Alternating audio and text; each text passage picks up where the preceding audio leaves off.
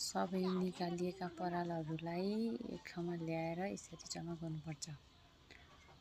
त्यो जम्मा गरिसकेपछि अब च्याउको बिउ यसरी राखिन्छ अनि फेरि माथिबाट पराल त्यसो गर्दै हालिन्छ।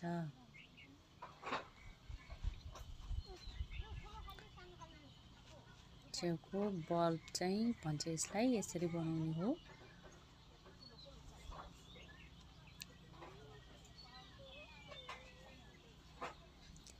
त्यो अलिकति पराल हाल्दै फेरि बिउ हाल्दै गर्नुपर्छ। परालको च्याउ बनाउन सजिलो छ। यी पहिला त्यसरी प्याकेटमा हुन्छ बिउ चाहिँ, त्यसरी फुटाएर एउटा प्लास्टिकमा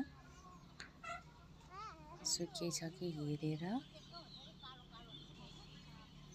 अनि बिउ त्यो निकाल्दै हो यसरी हाल्नुपर्छ। ठिकै धेरै हाल्न पनि परेन, ठिकै अनि त्यसरी पराल हाल्ने। त्यो चाहिँ अघि उसिनेर ल्याएको परालहरू हो। त्यसो गर्दै फेरि हावा छिर्नु हुँदैन, हावा छिर्यो भने राम्ररी फल्दैन। त्यही भएर सकेसम्म हावा चाहिँ निकाल्नुपर्छ। त्यस्तो बल्ब बनाउँदै बिउ हाल्दै पराल हाल्दै